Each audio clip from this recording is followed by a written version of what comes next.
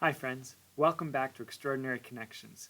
My name is Dillon Burns. I'm the pastor at Manchester United Methodist Church, and I would like to make today Giving Tuesday.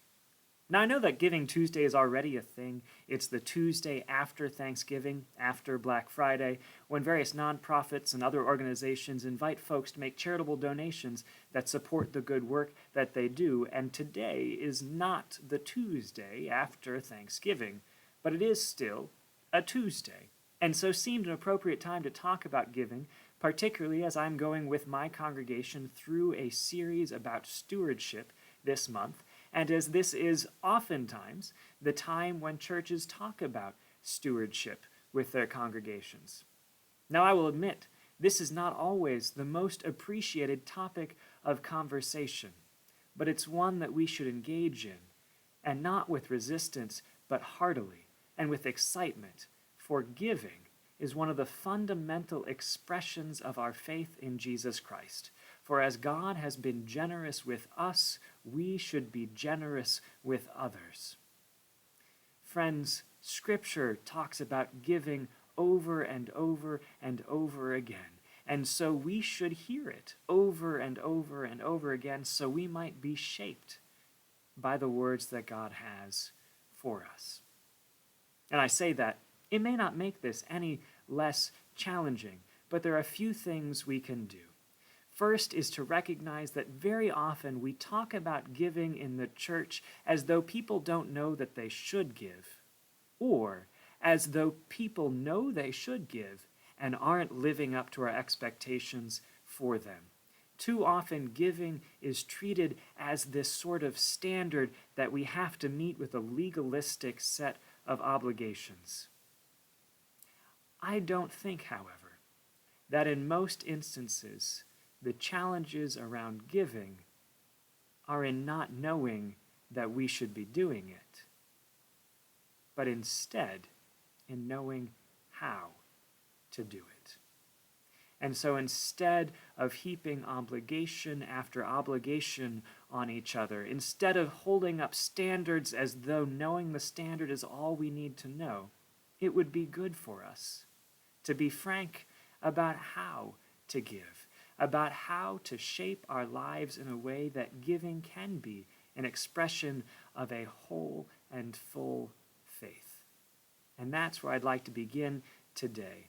And I'll keep talking about different aspects of giving over the next few Tuesdays that you'll see me here, and I hope you'll come back for them, because I promise it's not that terrible of a topic. But today, let's talk about the how, and let's begin with the obligation that is most often placed upon us in the church, the tithe. You've likely heard this word before if you've been in congregations any length of time. Tithe is sometimes used just as a word to say our gift to the church, our gift of finances that support the missions and ministries that God is doing in the congregation we're a part of. But tithe actually has a sort of obligation in the word itself. The word tithe is related to the word for 10 or 10%, and is most often talking about giving 10% of what we have.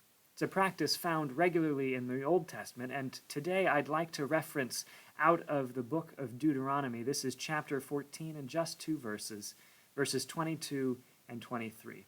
Moses is talking to the people here and says to them this: "You must reserve a 10th part of whatever your fields produce each year.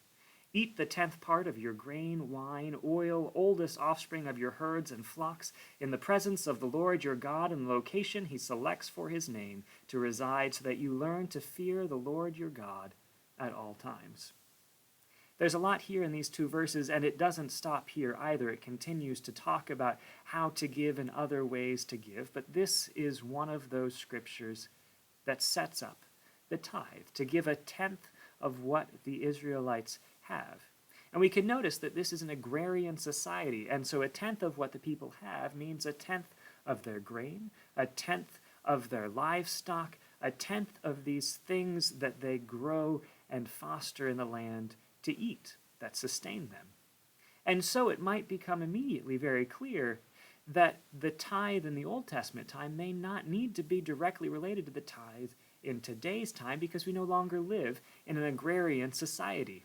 If you have a large amount of crops, then you have a large amount of a tenth to give. If you have a small amount of crops, you have a smaller amount that is a tenth to give. And you're always left with 90% of food with which to support yourself and your family. And things don't always work quite that way today, which is to say that the amount of money it takes to have a place to live and food to eat and transportation to and from work to ensure you can continue making a living might take up more than we imagine it would. It might take 80 to 90 to 95% or everything.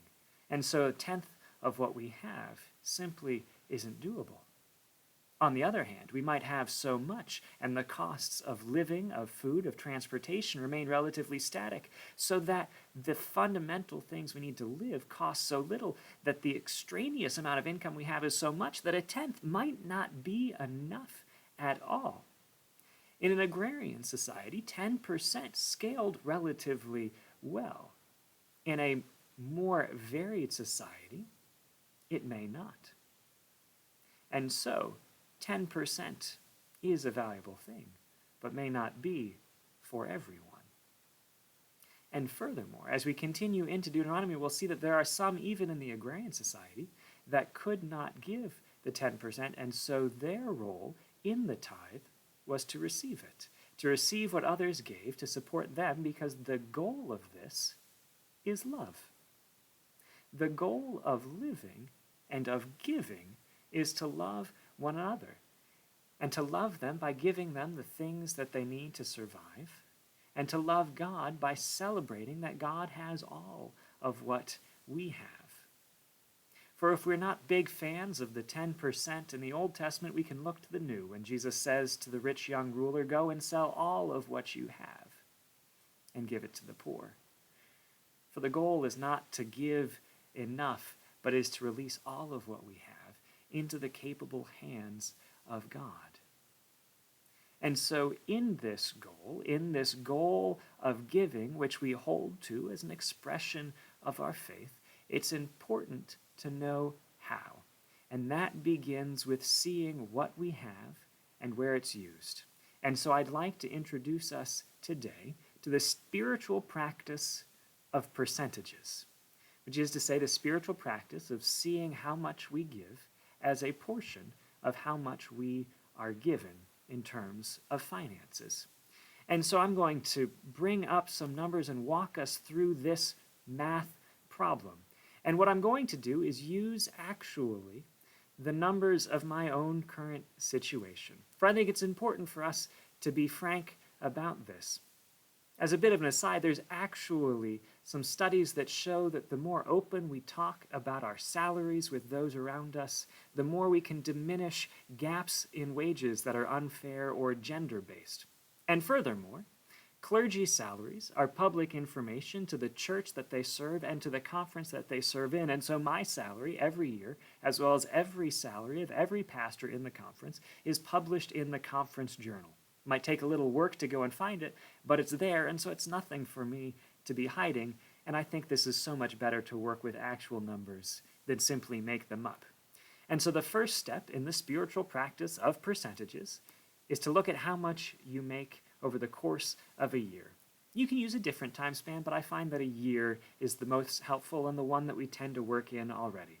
And so my yearly salary in the course of 2020 will be $44,526. Now this is a before tax percentage. I find that's easier because my taxes are not always static things.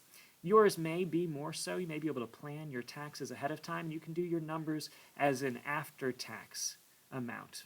Again, the goal here is not to be legalistic, but to simply get a good sense of things so we can truly live into giving all of what we have. And so, we have our yearly salary. Second step is to take a look at our giving over the same length of time.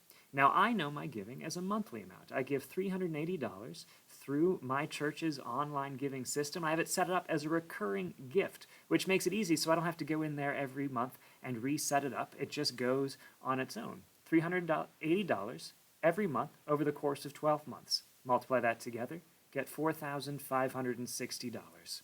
Those are the two numbers we need in order to make a percentage, which is our next step, which is you take the one and divide it by the other. So the giving divided by yearly income will give you a fraction. So in this case, 0.1024.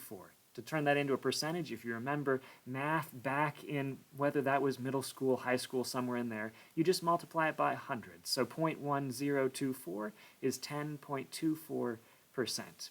And so you can see through this exercise that I work to give a tithe out of my income. It's one that matches the lifestyle I have at this moment. It is a difficult but doable amount.